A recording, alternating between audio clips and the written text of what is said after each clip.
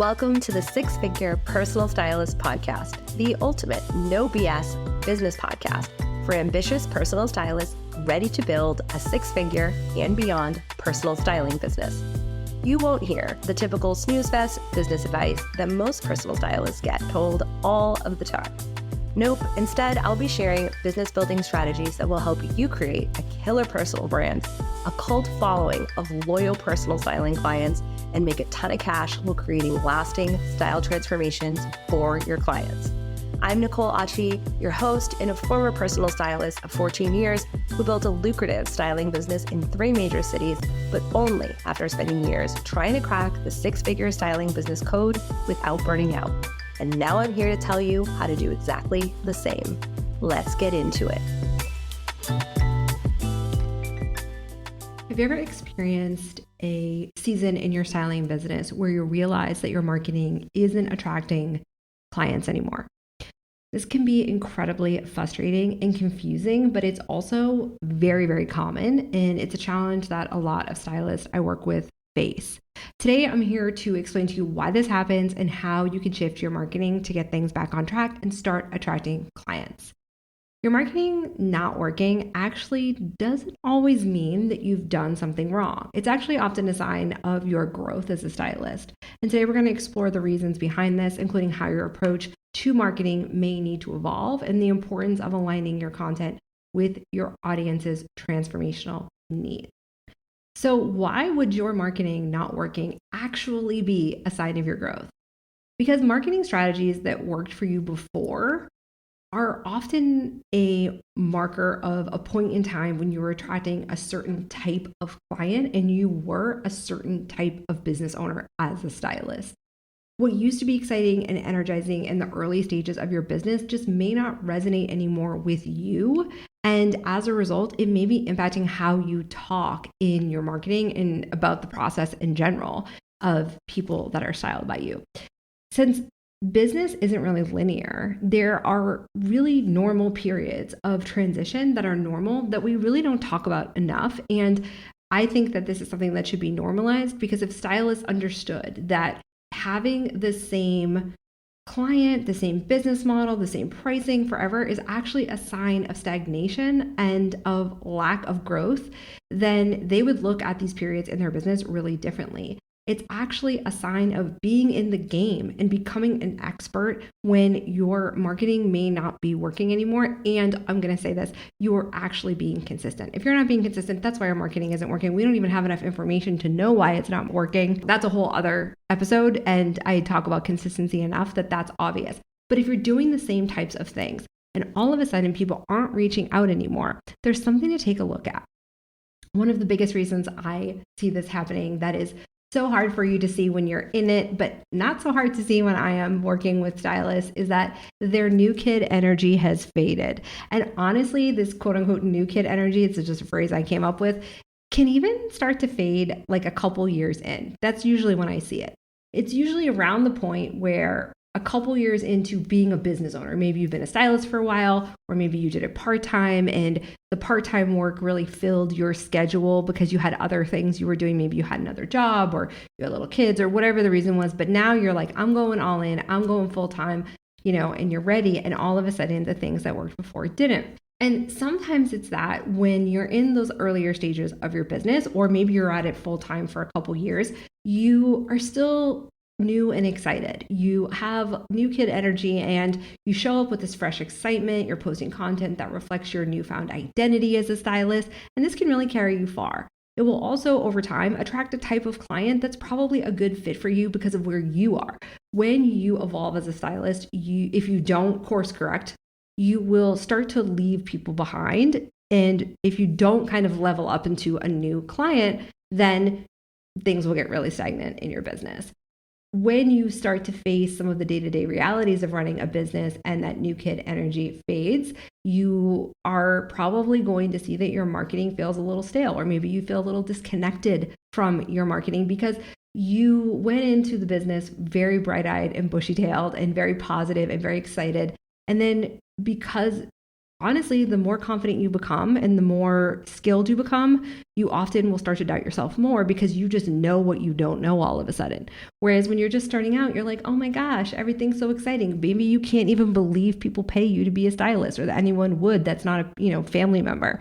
And so as you begin to face the realities of how hard it is to run a styling business, you're going to come up against some mental stuff. And I say this all the time. And what happens is when stylists were in the beginning, maybe they were sharing a lot of outfit links or they were talking about their own outfits a lot.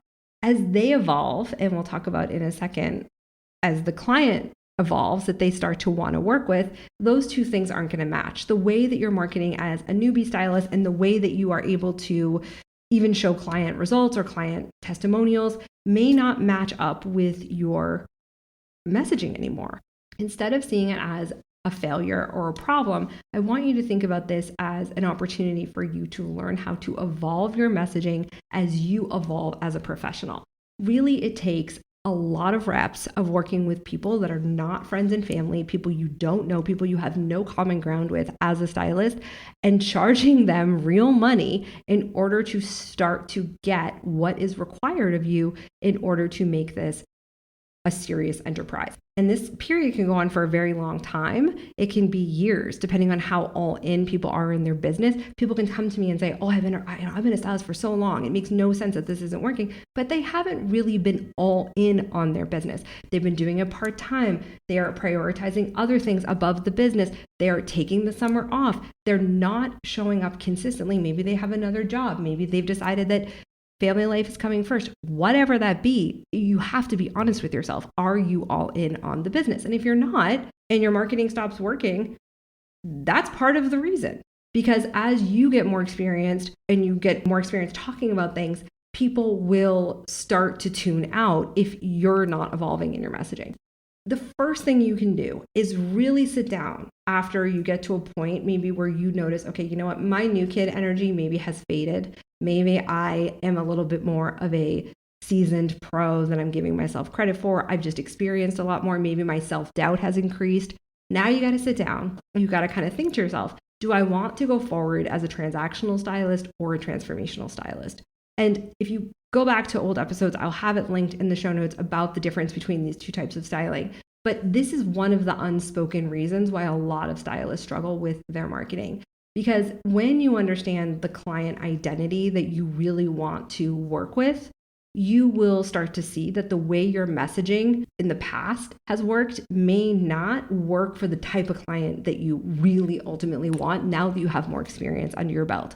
This happens with stylists also who are very experienced and we're doing really well, but because of things I talked about in earlier episodes about how the market has changed since COVID and how people look at personal stylists and what they expect from them, you'll also see that audiences have just burned out as a result of seeing so much clothing content and seeing stylists that are acting like influencers. No shade to influencers, as I always say here, but that is going to mean that they'll just go to the influencer who's free for the links if you're behaving in the same way as an influencer.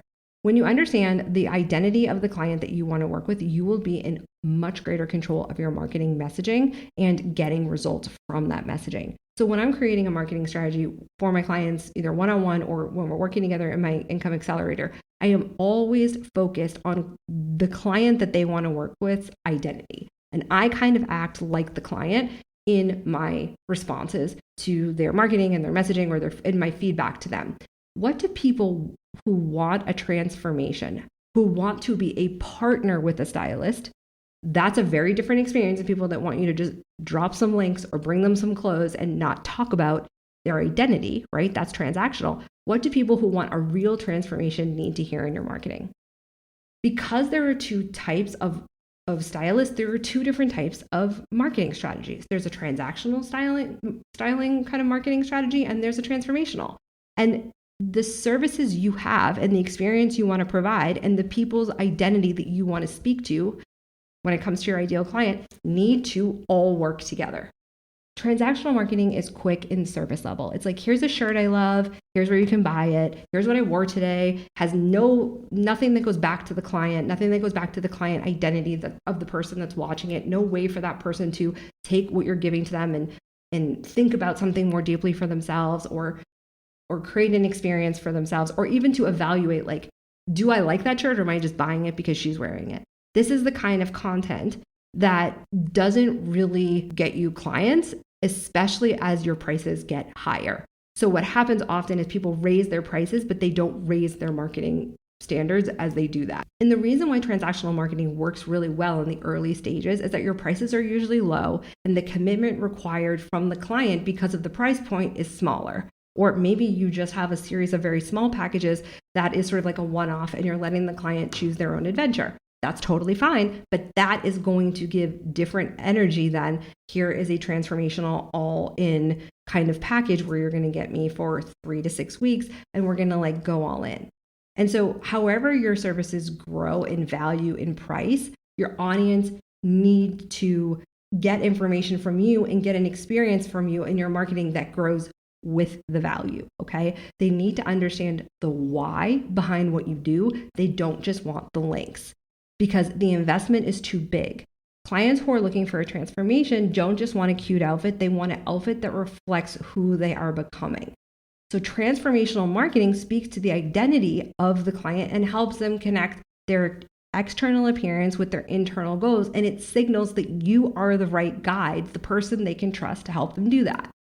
And so one common mistake is showing things like testimonials or posting content without any context. Because what happens is stylists start to get more experience. They start to say like, oh, I have client testimonials, I'm going to share it. But they're very flat, they're very one-dimensional, and they don't really give the person that's reading it or watching it the ability to step into the shoes of the person who they're reading the quote or the testimonial from, because they don't know where that person's coming from emotionally and psychologically. They don't know anything about where they started. Maybe that person had kind of good style. And maybe the person watching it thinks my style is probably too behind to get the transformation they're talking about. Without any context to certain things like the outfit posts that you link or the testimonials that you give, you're providing a transactional marketing message, but hoping people are going to pay a transformational price. And so what happens is you end up getting stylists who are posting things like a testimonial from a client that says like, I got so many compliments on my new outfits that so-and-so made for me. But that doesn't help the person that wants to hire you next understand how you're going to transform their confidence or get them any type of, compliments or make them feel like they can step into that experience.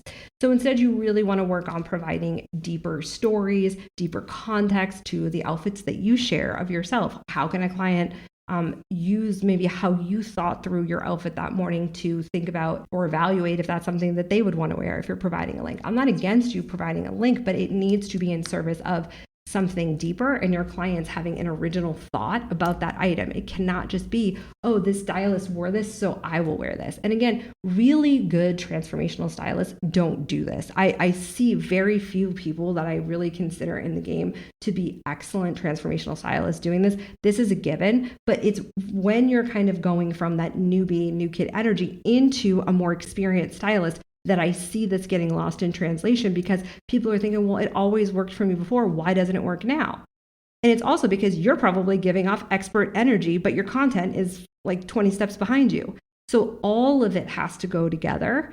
And it really can be problematic. Again, I don't care how long you've been styling. I care about how long you have been applying that consistently to a styling business and acting like a business person in your day-to-day life. Because if you start and stop all of the time, you will be stuck in this sort of period of like, why aren't things working all of a sudden for a very long time? And that has an enormous impact on stylist confidence. And we don't need that. It's just, these things are normal. The question is, how quickly are you going to go all in on the business to fix it? That is really it. And a lot of that means a lot less work than people think. They just have to stop, sit down, and create a strategy and a plan. Because if you keep doing the things that you were doing before and they're not working, that is literally the definition of insanity. And we ain't doing that around here, okay? Ain't nobody got time for that. People need you. So really thinking about, am I providing context for the transformation that I want to and am capable of giving people in my marketing? Am I going a little bit deeper so people can figure out if I am the right guide for them? So let's talk about some strategies beyond what I've just shared to help you think about ways to get things back on track. So one of the first things I tell a lot of the stylists that I work with is can we reinvigorate your marketing with your purpose? Again, if you're kind of in this period where no matter how many years your new kid energy or your excitement for this career has kind of waned because the reality of running a business has hit. This happens across the board with all creative entrepreneurs. You are not special. You are not different. Nothing has gone wrong. This is not a sign to tap out. It's a sign that you've been in the game and you're actually like cultivating your expertise. Okay. So that's the first thing I want you to understand. And the second thing is that may mean that you have to re-tap into your purpose as a stylist, because what happens is you may have started your business for one reason. Like if I see one more about page from a stylist that says something like, I wanted to style since I was 9, like no one cares about what you wanted. We need to know why you want to help other people with style, because that probably didn't start when you were 9. What is your grown-up reason for being here and being a guide to other people, right? That's what true experts are able to talk about. So you may need to re-tap into why you're doing this now. And I knew over my 14 years as a stylist, and even now when I look at the industry, my why has not really changed, even though I'm not a stylist anymore, but the depth of my why has changed now that I have a daughter. And I think about all of the head trash I heard women talking about in their closets and in dressing rooms over the years, and how I want to create a, legion, an army of stylists that come through the styling consultancy that help one woman at a time rewrite or at least quiet or at least quell some of that head trash so that they can go out in the world and not let that be a distraction. And I certainly want to do that as a mother, but the ability and the possibility of helping other stylists help even more women do that is what gets me up every day.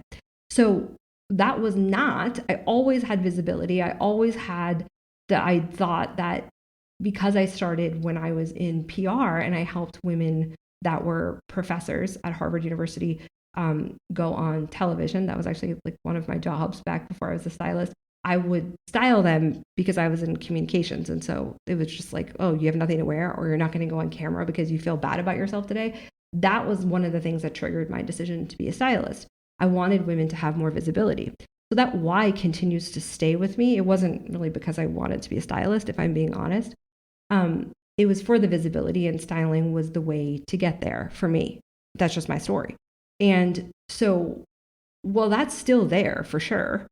It's even deeper now as I work with stylists and as I was, trying to become a mother. It became clearer to me that it would be amazing and almost miraculous, I think, kind of, if I could help be a part of a society where women could go to these experts who are other women, and they would experience a whole different world than they met on the outside, where they could actually be like, oh, there's a whole experience for me where I don't have to hate my body to fit in, where that doesn't have to be the conversation, where I could show up somewhere and people could clap for me because I look good instead of feeling like I have to shrink.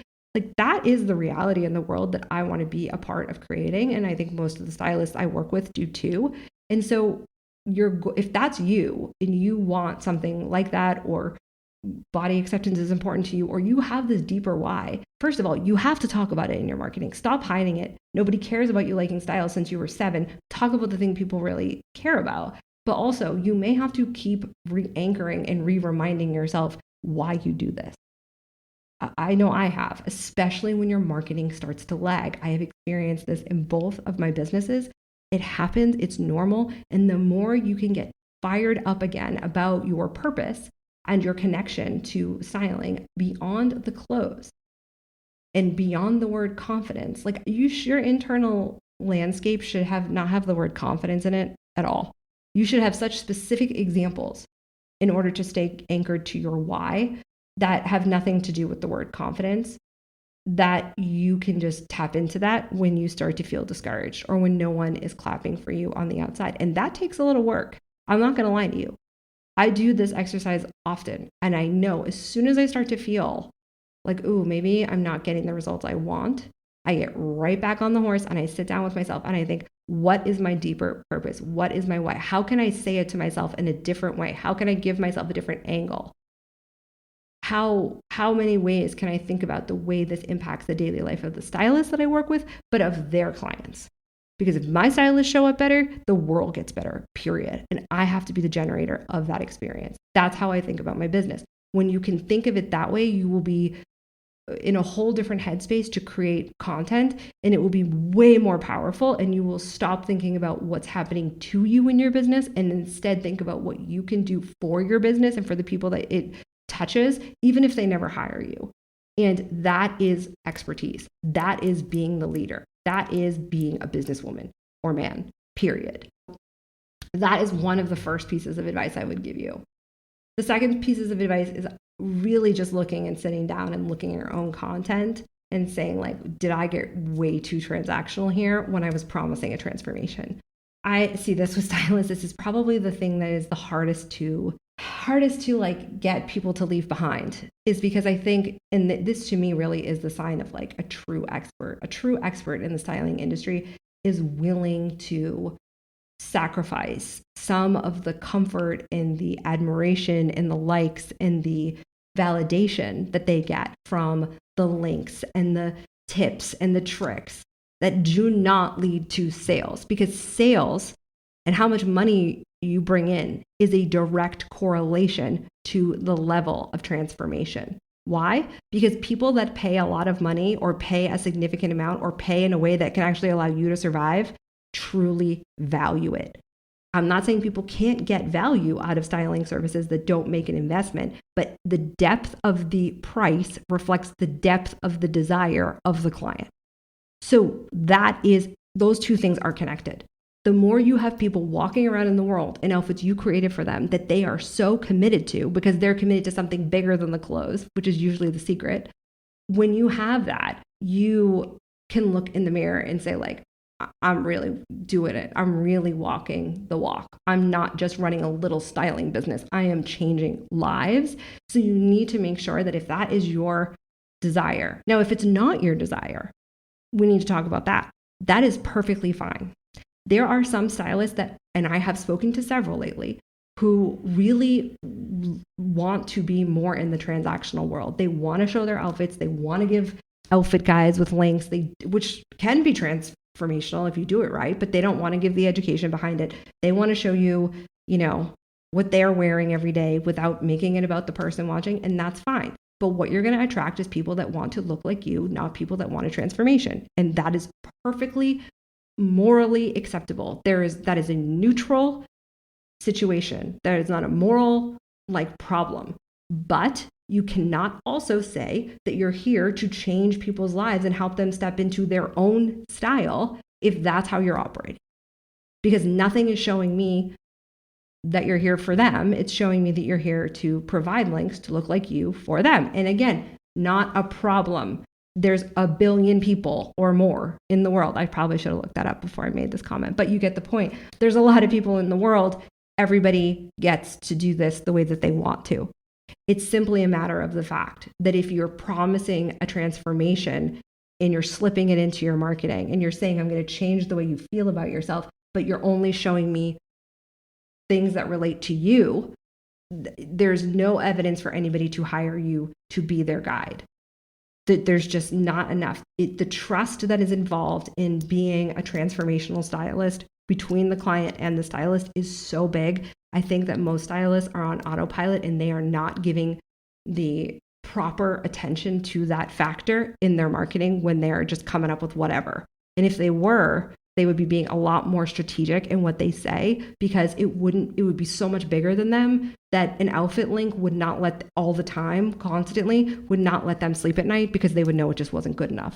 And so again, transactional personal styling has a place. It looks a lot more like influencing, and that is a business model. It's not the business model I teach. It's not the business model I'm a stand for, but I'm morally neutral towards it. It's fine. And this is where I think a lot of stylists don't sit down and think like, okay, how am I acting such that it's not working? What I hear a lot of stylists say is my audience just isn't there. People just aren't buying. It's the election. It's the economy. It's whatever. When I have all these other people over here that actually are making money and are making huge impact on people, The difference is people that blame outside circumstances don't look at their own behavior so they can get better as experts. And that's just the truth of it. So if you are unwilling to slow down and to try new things and be uncomfortable, because we're always uncomfortable when we do something new, then maybe transformational styling isn't right for you. And you should try to shift your marketing to more transactional so that the market and what you're saying can meet and you can find the right client for you.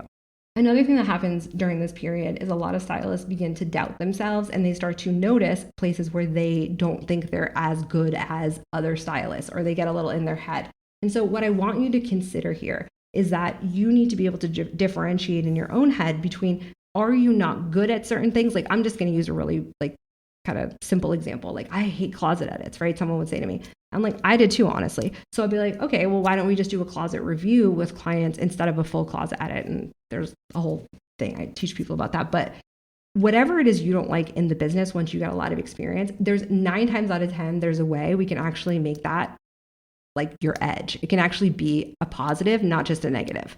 But so many stylists spend time comparing themselves to other people that it slows them down. And instead of sharpening the edges that make them different and unique by honoring their preferences as a stylist and figuring out other ways to get their client the result that they need to get in order to, fulfill their word, they doubt themselves. They don't sharpen their point of view. They water themselves down. They continue to compare themselves, and it just leaks their energy.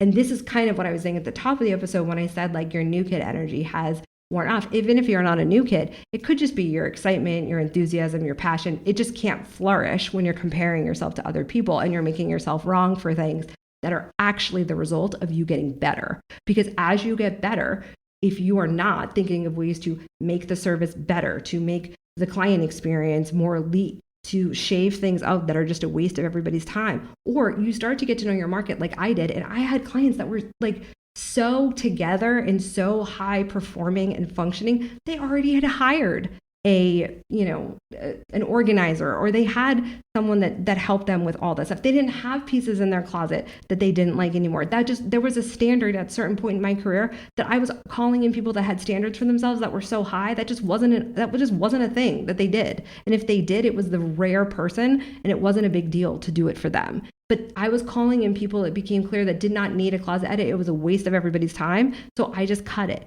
And so if I kept doing that with people and wasting their time, then that would have been a sign that I was not growing as an expert. There's some version of this with you and your business that after you've been in the game for a while, you need to stop and look at. And so instead of making that a problem, make it something you're proud of, that now you know enough about this industry to have opinions. And now you have enough information about the people you want to serve to make things better.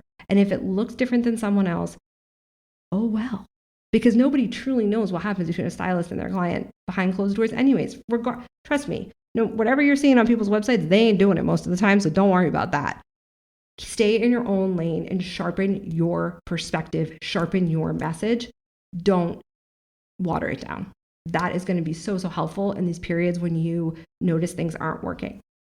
Last, I just want to remind you that you just might not be asking for the sale.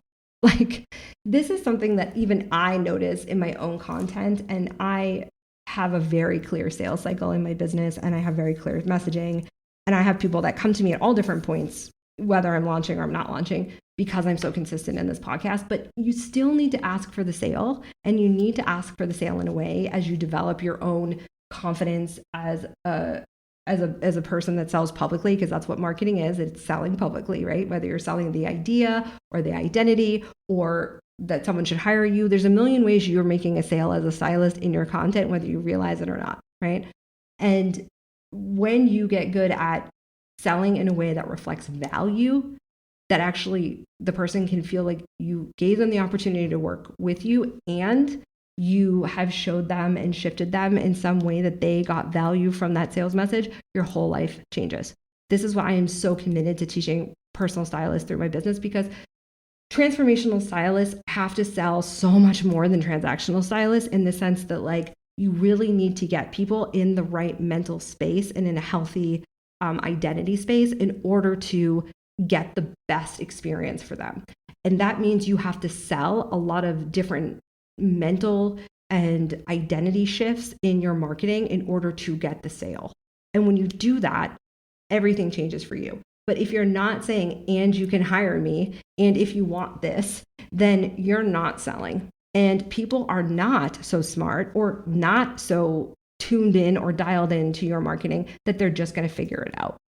Some people will, and those will be people that are much closer to a buying decision than somebody who's still trying to figure that out. And what we want is our content to take them closer to a buying decision, whether that's a yes or a no in our content. This is stuff you want to learn. Get on the wait list for the next Income Accelerator because it is absolute gold when you know this and it changes your whole life. But in the meantime, do look over your content and say, like, am I ever asking for the sale? Particularly in videos that you are talking in. If you are putting it at the bottom of a Instagram post, for example, after at the bottom of like caption, people don't see the majority of your Instagram posts. So you're probably not really selling if that's where you're doing it. But if you are doing face to cam and you are not mentioning your offers and you're not weaving it into the conversation in some way, you're not selling. And you might not even know it. So that's something for you to do a little bit of an audit of your content with and kind of take a look. All of these things are really the mark of a pro. When things aren't working, it is not necessarily because you are a failure. And if that's how you look at your business, I want to invite you to look at it differently because all it's doing is slowing you down and it's not a reflection of reality. True experts, true pros, people that are fully invested in the experience of transformational styling are people that have to grow with their business just like you want your clients to grow. The mark of transformational styling is growth for the stylist, for the person getting styled, and for the business model as a whole. Now, that doesn't mean chaos all the time or making decisions that, require us to constantly be changing things. But growth is also uncomfortable. And you need to stay actually with something long enough to become truly great at it. And that's something I work on every day. In my opinion, no podcast is good enough. No Instagram post is good enough. I am always looking to get better. And that's why I am coached and why I invest so much money in being better, because I can't be a leader for other people if I'm not invested in being better. I have to be bad to get better, and you have to be bad to get better too. That's the game we're all playing as transformational service providers. Just be willing to gently look over what you've done in the past and reflect. Are you maybe not bringing your messaging with you as your expertise is developing? Because if that's the case, how very normal and human, and what an opportunity for you to switch your view from nothing is working to, wow, I am growing and I can't wait to step into the next version of myself and bring my marketing with me. Thank you so much for hanging out with me. It turns out that social proof is actually pretty important. So if you could help me out, I'd so appreciate it. If you just had a quick free moment and could leave me a rating or review on the podcast app, that would be killer. And even better, if you wanted to share this episode on Instagram and tag me, that would totally make my day. And it would bring so much more awareness to the podcast and would help other stylists just like you who are looking to build lucrative styling business, because the better each of us does, the better all of us do. Thanks for hanging out with me, and I'll chat with you next time.